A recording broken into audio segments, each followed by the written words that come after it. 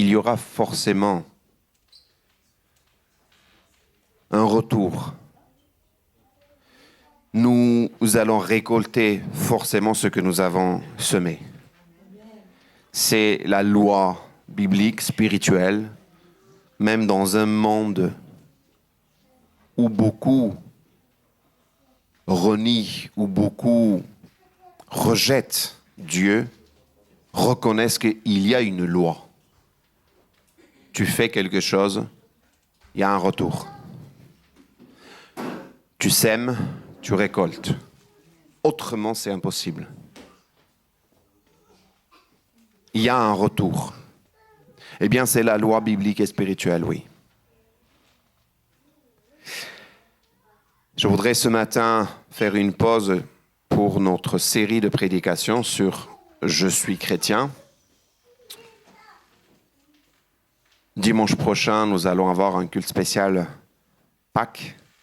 Et cette semaine, je voudrais qu'on puisse aussi avoir des temps spécifiques de rencontres de jeudi, vendredi, samedi aussi. Je vais en parler tout à l'heure pendant les annonces. Et ce matin, je voudrais qu'on puisse s'arrêter sur ces passages justement où Jésus entre. Sur le petit anon, sur cet animal qui est insignifiant quelque part. Et avant d'aller plus loin dans ce passage, dans ce verset, dans ce texte, j'aimerais vous poser une question. Est-ce que on vous a longtemps parlé de quelque chose en vous disant « ça va venir, il va y avoir quelque chose, tu vas l'avoir, tu vas le comprendre, tu vas le sentir, tu vas profiter de ça. » Pendant des années, on vous dit ça. Il y aura des temps meilleurs, il y aura ceci, il y aura tout ça. Et vous attendez. Vous attendez. Vous avez entendu depuis peut-être toute petite, tout petit. Vous avez déjà entendu. Et vous attendez. Et même des générations passent. Et le jour vient où réellement ça se réalise. Vous dites, c'était pas en vain. Mes grands-parents, mes arrière-grands-parents ont entendu parler. Et maintenant, je peux profiter. Alors ça peut concerner peut-être, quelle que soit peut-être une bonne nouvelle, une chose que vous attendiez. Mais là, on va parler de quelqu'un. On va parler d'une personne. Le peuple avait entendu parler. Et je voudrais lire ce passage, ce texte, que j'aimerais prendre juste quelques points. Mais avant tout cela, j'aimerais lire ce texte qui se trouve dans Matthieu. Ouvrez avec moi, s'il vous plaît.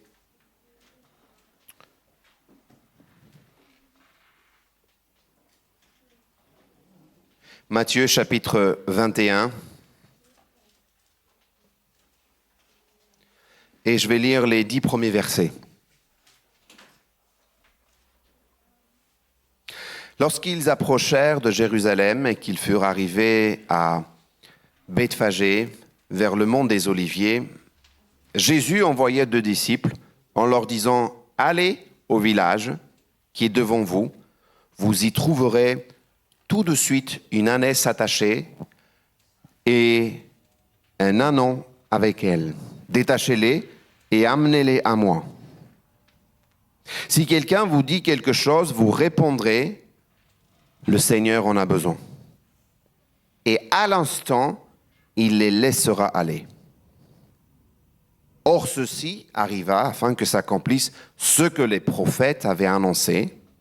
Verset 5. « Dites à la fille de Sion, voici ton roi qui vient à toi, plein de douceur, et montez sur un âne, sur un ânon, le petit d'une ânesse. » Zacharie chapitre 9, verset 9, vous allez trouver ce passage. Les disciples allèrent faire ce que Jésus leur avait ordonné.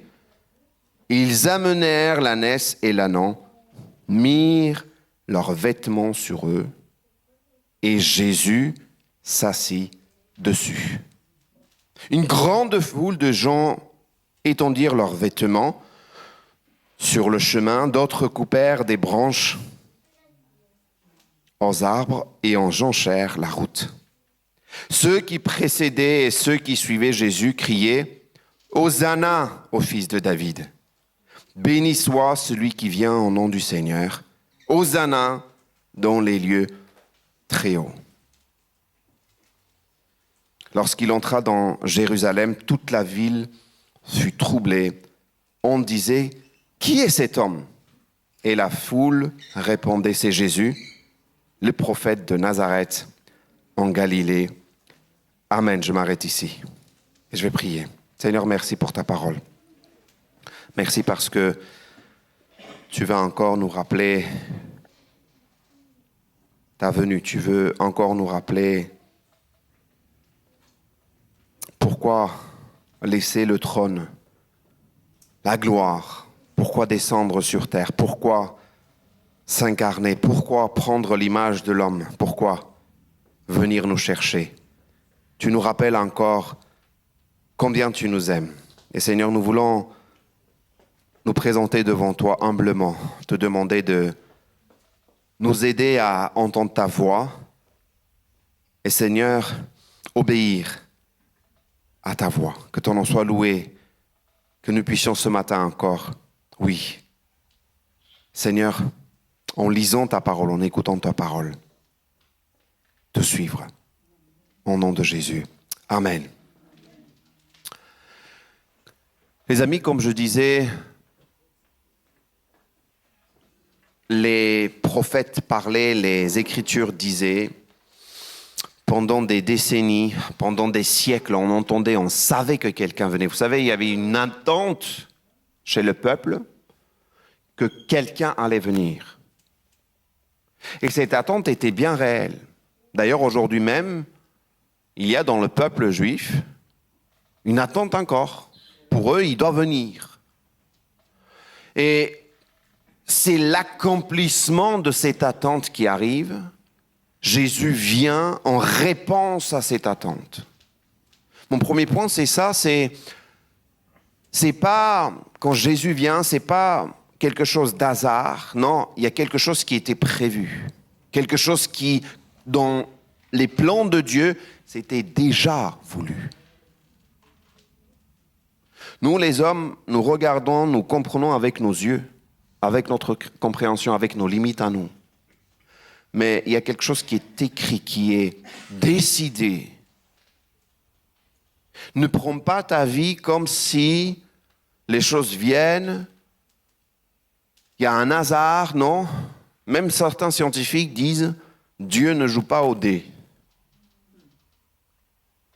Il n'est pas en train de juste faire quelque chose, non. Beaucoup de scientifiques aujourd'hui s'accordent pour dire que la loi de l'univers est quelque chose qui est fait, chronométré, c'est fait, c'est précis. On ne peut pas aujourd'hui expliquer toute la loi, toutes ces lois qui sont tellement précis, millimétrées, qu'on ne peut pas dire ça c'est survenu, ça c'est de hasard. Non, impossible, impossible.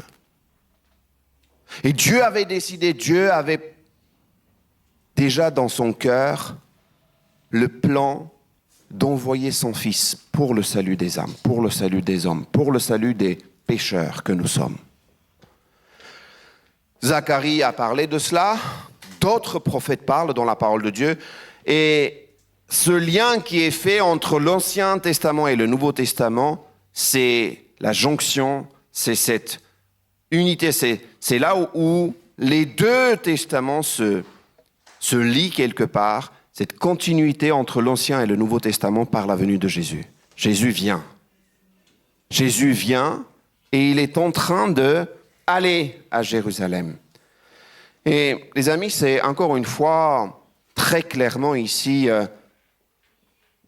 la fidélité de Dieu qui est rappelée. Toi qui peut-être aujourd'hui, tu penses que Dieu n'entend pas tes prières, toi qui peut-être aujourd'hui tu te dis, Dieu ne répond pas aux prières, ça fait des années que tu demandes quelque chose, sache une chose, Dieu est fidèle, ce qu'il a dit, il va l'accomplir. il va l'accomplir. Dieu l'avait déjà dit pendant des années, il l'avait déjà dit à son peuple, mais il a accompli. Dieu est un Dieu fidèle. Dieu n'est pas un homme pour mentir. Toi, moi, on dit des choses, mais on fait autre chose. Non? On pense une chose, on dit autre chose. Mais Dieu, ce qu'il dit, c'est ce qu'il fait. Il ne ment pas. Il ne change pas. La Bible dit, il n'y a pas une ombre de variation en lui. Il ne va pas un coup dire ça, un autre coup il va dire ça. Non, non, non, non, non. Et ce ne sont pas les circonstances qui vont changer ce qu'il a décidé. Il l'a dit, il va le faire. C'est très important de se rappeler que Dieu est fidèle et toujours il va accomplir ce qu'il a dit. Deuxièmement, le roi qui vient, le roi qu'il est dit ici, le roi qui rappelle, le roi il vient à la rencontre de la fille de Sion. C'est le roi de la paix et non de guerre. Jésus ne vient pas à Jérusalem comme, vous savez, le conquérant. Et d'ailleurs, c'est ce qu'ils attendaient, certains. C'est pour ça qu'on n'a pas forcément cru en lui. En tout cas, certains. Ils attendaient qu'il vienne sur le cheval, qu'il vienne conquérir, qu'il vienne mettre d'or les infidèles.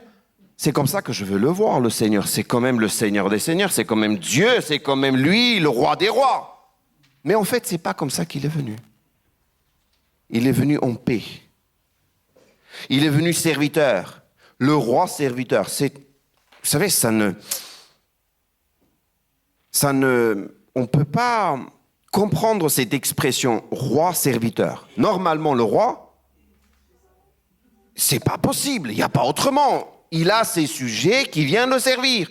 Roi serviteur, c'est une expression biblique qu'il faut noter, qu'il faut comprendre. Et dans le royaume de Dieu, il y a des lois, il y a des préceptes, il y a des approches qui sont contraires à ce que nous pouvons voir dans ce monde. Il ne vient pas écraser, il ne vient pas s'imposer. Chose que ce monde veut le faire et fait. L'ennemi, l'humain veut le faire. Mais Dieu vient, Jésus vient humblement, il vient servir. J'ai été cette semaine, 8 jours en mission. Et pendant ce voyage, nous avions notre temps de partage biblique. Le matin, on se réunissait, on était 5. Et chacun pouvait aussi apporter une pensée, une méditation. Et un jour, un des frères a apporté le passage sur Judas qui va trahir Jésus, qui va vendre quelque part, il va tout faire. Il va vendre son maître, alors qu'il était avec lui, alors qu'il servait, alors qu'il le voyait. Et il apportait cette méditation avec des commentaires, et une des hypothèses qui était écrite par un homme, par un commentateur, disait que, alors encore une fois, c'est une hypothèse. Il semblerait que, en tout cas, certains pensent que Judas aurait fait cette trahison, cette démarche, vendre Jésus entre les mains de ceux qui allaient le crucifier, n'est-ce pas? Et entre les mains peut-être même des Romains, des soldats. L'hypothèse serait que Jésus allait s'imposer. Jésus allait réellement montrer le conquérant et il allait se mettre en colère. Et c'est avec cette hypothèse que nous pensons que Judas a trahi Jésus. Mais en fait, c'est une pensée, c'est une idée, c'est une hypothèse. Jésus ne s'est pas imposé, Jésus n'est pas venu alors qu'il pourrait. Jésus pourrait très bien, n'est-ce pas, amener des anges. Il suffisait juste de dire, allez, en 2 secondes. Mais il ne l'a pas fait. Jésus vient humblement. Jésus vient consciemment. Et il va jusqu'au bout. donner sa vie.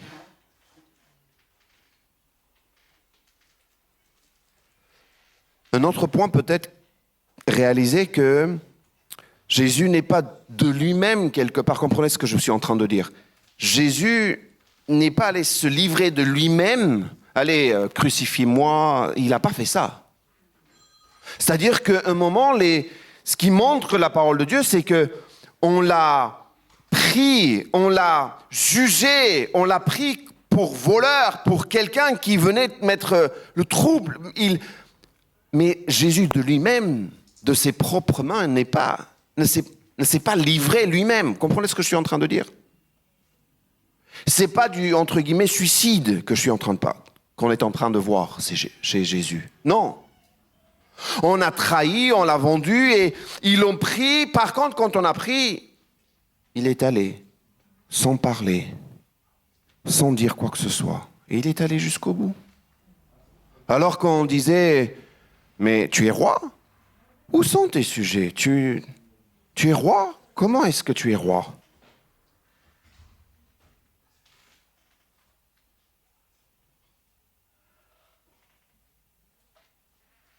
Mais il disait, mon royaume n'est pas d'ici. Et toi qui as peut-être un titre, sache que quelqu'un t'a donné ce titre, quelqu'un t'a laissé. Il ne vient pas s'imposer, non. Il aurait pu le faire, mais il ne l'a pas fait. Ensuite, troisièmement, j'aimerais dire que quand il demande à ses disciples d'aller chercher, aller faire quelque chose, les disciples s'exécutent, les disciples obéissent. Vous savez, parfois on pense qu'il faut qu'on fasse des grandes choses, mais en fait, ce n'est pas forcément des grandes choses que d'abord le Seigneur attend de nous. C'est des petites choses. Qu'est-ce qu'il fallait faire? Jésus avait besoin d'un âne. Jésus lui-même aurait pu le faire, mais il demande à ses disciples de le faire. Et les disciples entendent, écoutent et ils obéissent. Pas de problème, je fais. Je ne te demande pas de faire des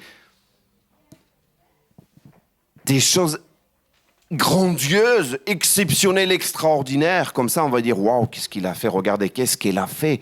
C'est impossible, mais en fait, il a réussi à le faire. Elle a réussi à le faire. Non, allez chercher, ils vont aller chercher. Et je me dis, on a nous-mêmes aussi une leçon à prendre ici. N'attendons pas que ça soit très grand, n'attendons pas que ça soit quelque chose d'extraordinaire qu'on nous demande, mais faisons tout simplement, s'il y a une voix, si tu entends un appel, service, soutien, vous savez, danse, quelles que soient les choses, tu entends et les choses sont confirmées. Tu sais que le Seigneur t'appelle. Ne te dis pas, bon, ça c'est pas très important, du coup je laisse, j'attends quelque chose de meilleur. Et dès que j'entends, je vais rentrer dans le service.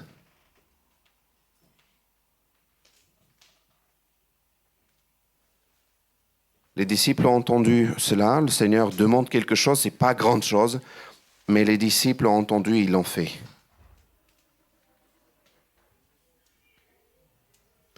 Pendant ce voyage, je ne vais pas être très très long ce matin.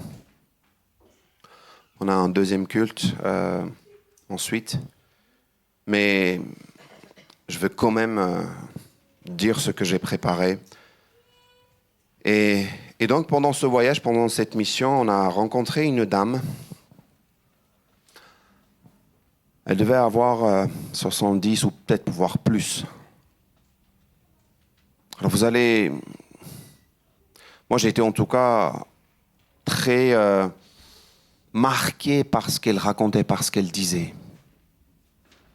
Cette dame, d'origine, si j'ai bien compris, Pays-Bas et Allemagne.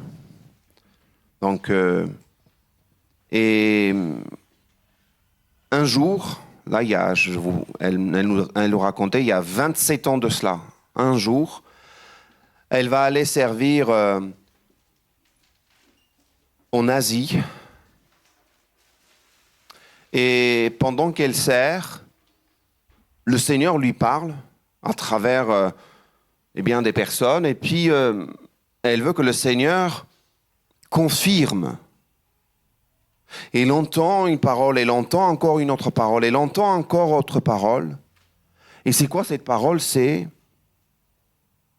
qu'elle devait aller servir parmi les Arméniens, en Arménie.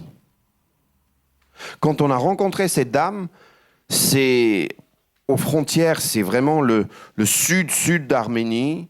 On est à même pas quelques kilomètres aux frontières. Et puisque dans le groupe, on n'avait pas toutes les personnes qui parlaient l'arménien, elles parlaient en anglais. Et à un moment, je lui ai dit, ça fait combien de temps que vous êtes ici?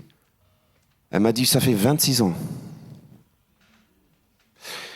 Et je lui demande, est-ce que vous parlez l'arménien? Vous savez, c'est comme vous appuyez sur un bouton, ça change, elle commence à parler en arménien. Parfait. Téléphone sonne, elle prend. Ha, inch est elle? Ayo, Miki Chedok Gam. Puis elle nous parle. Yes, so we were doing this. Elle parle en anglais, parfait aussi. Je lui dis, mais pourquoi l'Arménie? Qu'est-ce que vous êtes en train de faire ici? Dans un coin vraiment perdu, mais là où on était, franchement. Vous savez ce qu'elle m'a dit? Elle m'a dit, écoutez, j'ai entendu la voix de Dieu, je ne me suis pas posé de questions. Je suis allé. Son association, ils sont 4. C'est une association. Ils vont aider des enfants, une famille, des écoles, des églises. Et parfois, le budget peut être énorme. Suisse, France, Allemagne, enfin Europe ou ailleurs, on peut donner. Mais ce qu'elle fait, je vous dis, beaucoup ne voient pas, beaucoup ne connaissent pas, beaucoup ne savent pas. Mais je suis sûr et certain, Dieu le sait. Dieu le voit. Elle, ses collègues, elle fait je ne sais pas combien de kilomètres par jour. Un coup, elle est là, un coup, elle peut être dans un village, dans une ville. Elle avait la force, l'énergie, elle avait la niaque, elle était là, elle parlait, limite, il fallait l'arrêter. Mais je lui dis, mais d'où est-ce que vous avez tout ça? Pourquoi? En fait, le Seigneur m'a appelé. J'ai entendu. Il m'a dit de faire ça. Je le suis. Je le fais. Et je vais réellement accompagner des gens. C'est-à-dire que c'est pas, j'ai reçu de l'argent, je lui donne. Non, c'est pas ça qu'elle est en train de faire. Elle accompagne des gens. Et elle est avec les personnes. Elle est avec les enfants. Ceux qui sont venus de Haut-Karabakh, d'Artsakh. Et elle les accompagne réellement. Je dis, Seigneur, quel exemple, quel témoignage. Et j'ai été marqué réellement. Alors oui, Dieu, Jésus, demande à ses disciples d'aller chercher, allez, vous allez chercher l'âne et vous allez l'amener. C'est pas grand-chose. Parfois, on demande à des personnes ou bien on me demande de faire quelque chose. Parfois, je me dis, est-ce que je le fais? Est-ce que on va voir ce que je fais ou pas? C'est insignifiant peut-être, mais ce n'est pas insignifiant aux yeux de Dieu. Dieu voit, Dieu sait. C'est écrit, vous savez, tous nos actes, toutes nos paroles vont être un jour ou s'ouvrir. C'est écrit quelque part. Ne pensons pas. Tout est écrit, tout. Ensuite, je voudrais qu'on puisse aussi considérer le fait que fille de Sion, le peuple de Dieu est appelé à reconnaître aussi le Messie et le roi. Et Jérusalem, où le peuple, ou fille de Sion, réellement attend son roi. Et nous attendons le retour de l'époux. Et ici, très clairement, fille de Sion, ton roi, il vient.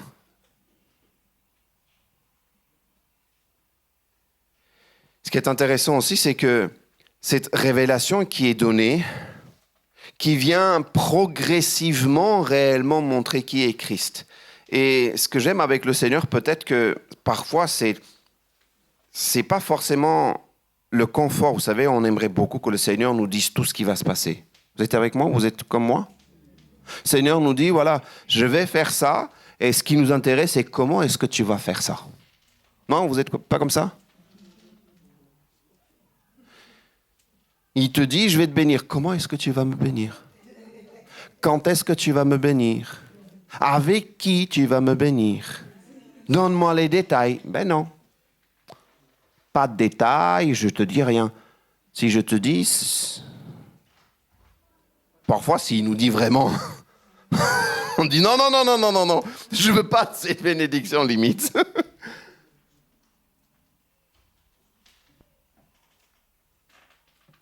Mais faisons-lui confiance. Et Christ a été promis. Christ vient. Christ a parlé. Dieu a parlé. Dieu a révélé aux prophètes. Ils ont écrit. Et nous avons aussi une révélation. Nous avons la connaissance. Nous avons la parole de Dieu. Mais on découvre dans notre vie de chaque jour, dans notre vie spirituelle, dans notre marche chrétienne, n'est-ce pas, petit à petit des choses. Et comprenons bien, le Seigneur, c'est dans ses plans. Il veut que nous puissions comprendre chaque jour quelque chose peut-être de nouveau. Et cette expression, cette notion de la révélation progressive, vous allez voir, dans la parole de Dieu, vous qui lisez régulièrement, parfois vous dites « Ah, en fait, ça fait longtemps que j'ai lu, mais ça, aujourd'hui, je comprends autrement les choses. » C'est parce que justement, il y a des couches quelque part qui viennent et nous pouvons avoir une lecture autre que nous avions peut-être il y a quelque temps. Et nous comprenons certaines choses. Parce que Dieu vient, il se révèle. Et il parle à son peuple. Nous voyons certains passages dans l'Ancien Testament. Et puis, à chaque peut-être lecture, et puis quand nous avançons aussi dans les livres, nous pouvons comprendre qu'en fait, Dieu se révèle petit à petit à son peuple. Je termine juste avec ce dernier point, qui est l'entrée royale exactement, qui est peut-être pour nous, je l'ai dit à l'introduction, le peuple voudrait que Jésus vienne sur le cheval avec l'épée. Le roi David entre pour libérer ce peuple des mains de l'ennemi. Mais c'est une entrée royale. Les enfants même crient Hosanna. Et tout le monde crie Hosanna. Certains disent que ce sont les mêmes peuples, ce sont les mêmes personnes qui ont crié Hosanna, Hosanna. Béni soit celui qui vient au nom du Seigneur. Est-ce que ce sont les mêmes personnes qui ont dit crucifiez-le? On pourrait avoir cette pensée. Mais en fait, certains disent que non, ce n'est pas forcément les mêmes personnes. Et ce qui est intéressant, oui, ils ont reconnu le roi. Ils ont reconnu le roi qui entre dans la ville, dans Jérusalem. Il vient libérer. Mais il ne vient pas libérer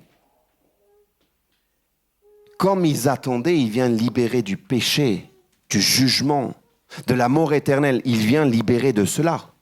Jésus est venu libérer.